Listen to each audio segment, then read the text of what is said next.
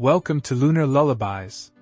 We dive into the wild and hilarious world of our Stone Age ancestors, where the frigid steppe hummed with wind, and humans were just beginning to wrestle with nature and their own absurdity. This hour belongs to the tale ancestors on a hilarious quest, a light-hearted historical adventure brimming with silliness, perfect for a mature soul drifting off to sleep. Subscribe if you're not with us yet, and let me spin this yarn of their comical attempts to survive. This is the late Paleolithic. In the vast steppes roamed hunters with crude flint axes, gatherers taming fire, and fishermen trembling at the sight of fish. They invented the first tools, harnessed fire for warmth and cooking, hunted with traps, fished with nets, and smoked meat for winter. But their efforts often ended in laughter. An axe broke on a foot, fire fizzled in the rain, and traps ensnared the hunters themselves. This story is about their blunders and triumphs, a stumbling journey toward modernity that's as funny as it is human. Close your eyes, picture the crackle of a fire and the rustle of grass, and let me guide you through their laughable escapades. May these ancestors lull you to sleep with their chaos. Let's begin. Chapter 1.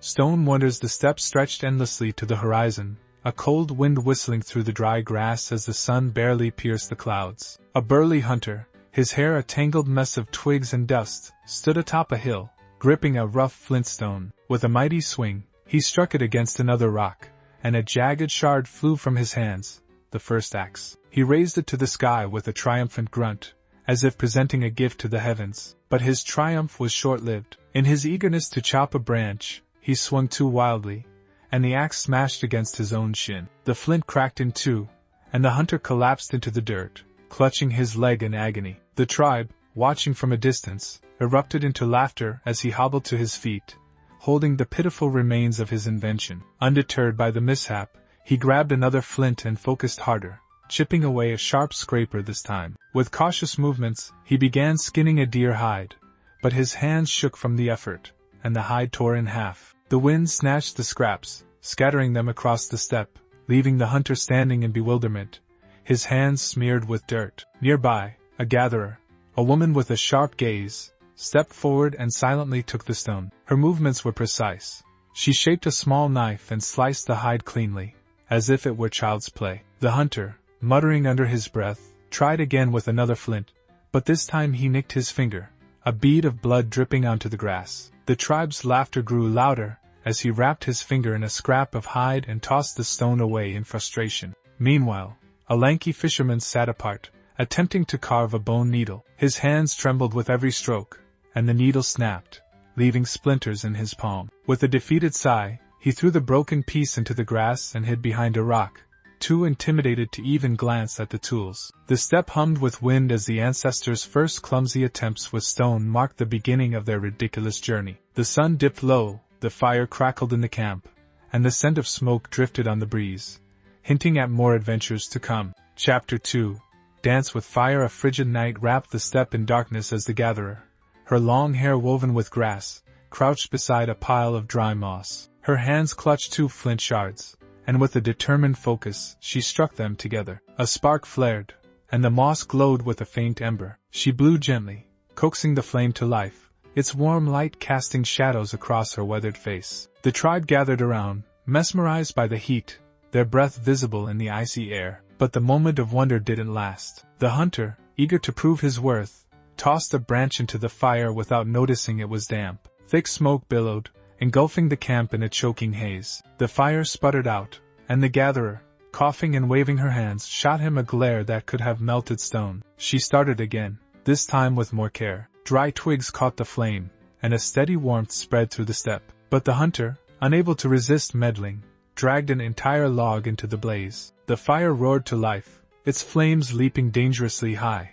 nearly setting the hide tent ablaze. The tribe scrambled to douse the sparks, stamping on embers and tossing dirt onto the inferno. The hunter stood amidst the chaos, laughing as if this were his grand victory. The gatherer, grabbing a skin of water, extinguished the excess flames, reducing the fire to a manageable glow. Her expression was one of pure exasperation as she tossed a branch at him and turned back to the fire. The fisherman, who had been watching from a safe distance, stared at the flames with wide-eyed fear. He crept closer, drawn by the warmth, but a stray spark landed on his foot. With a yelp, he leaped back, tumbling into the grass and rolling down a small slope. The fire danced on, its shadows flickering across the camp, and the ancestors, despite their chaos, felt its power. The night grew warmer, the wind carrying the scent of charred wood, mingling with the tribe's laughter as they settled around their newfound ally.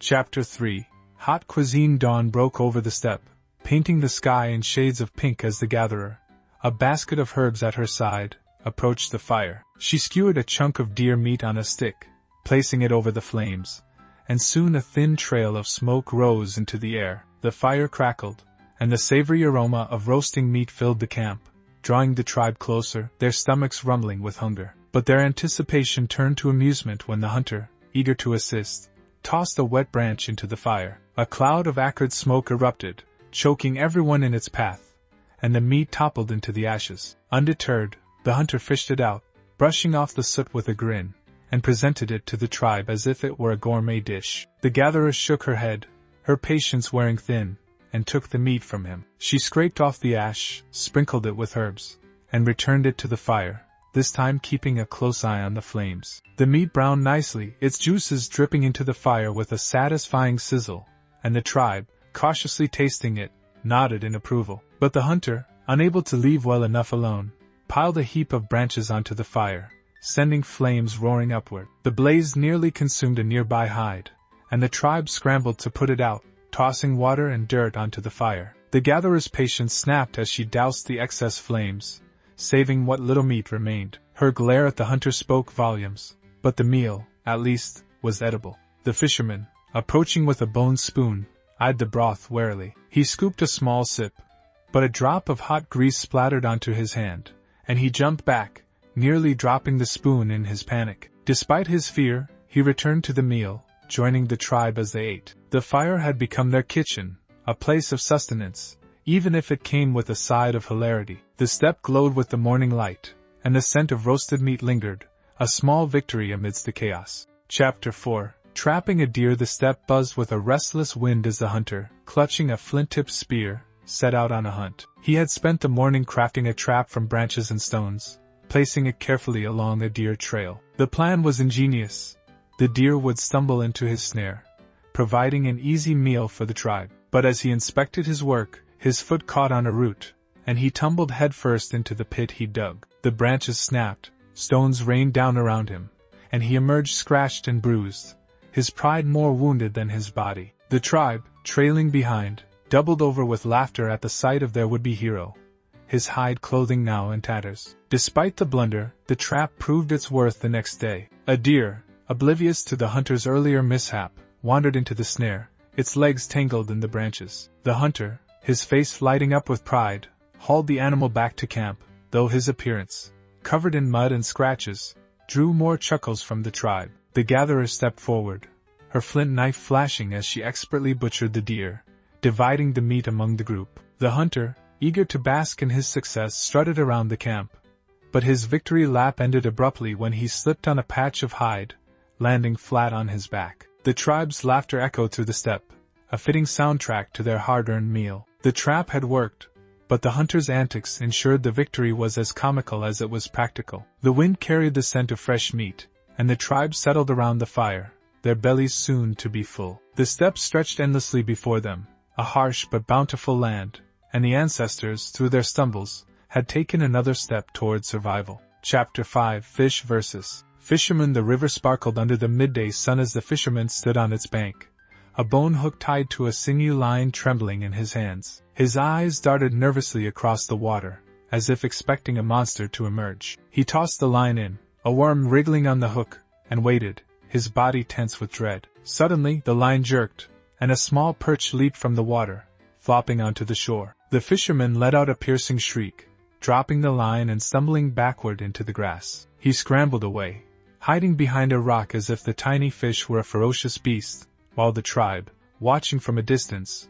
roared with laughter and retrieved the catch. The gatherer approached, her flint knife in hand, and demonstrated how to clean the fish, scaling it with quick, precise strokes. The fisherman, still shaking, watched from a safe distance, his fear of the wriggling creature evident in his wide eyes. Encouraged by the tribe, he finally mustered the courage to try it himself, but his first attempt ended in disaster.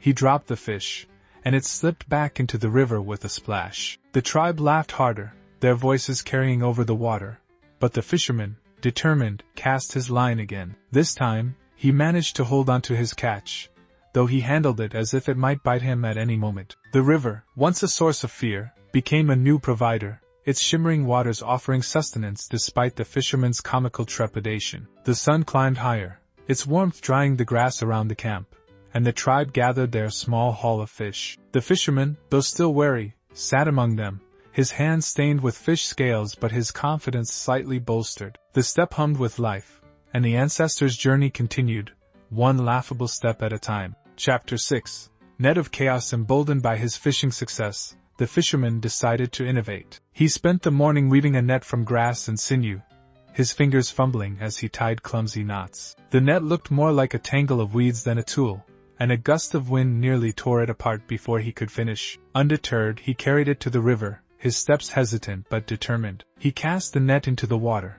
expecting nothing but failure, but to everyone's astonishment, it returned brimming with fish. The fisherman, caught off guard by his own success, yelped and dropped the net, the fish flopping onto the bank as he backed away in a panic. The gatherer, shaking her head with a smirk, gathered the catch, her laughter ringing out as she scaled the fish with her knife. The net, despite its haphazard construction, proved to be a game-changer. The tribe marveled at the haul, their bellies soon to be filled with a feast of fish. The fisherman, still trembling, watched from a distance as the gatherer prepared the meal, his fear of the slippery creatures undiminished by his accidental triumph. The river flowed steadily, its surface glinting in the sunlight, and the net, born of chaos, became a symbol of their ingenuity, or at least their dumb luck. The tribe worked together, cleaning and roasting the fish over the fire, the scent of their meal mingling with the crisp air of the steppe. The day waned, and the ancestors sat around the fire, their laughter softer now as they savored their success. The net, though crude,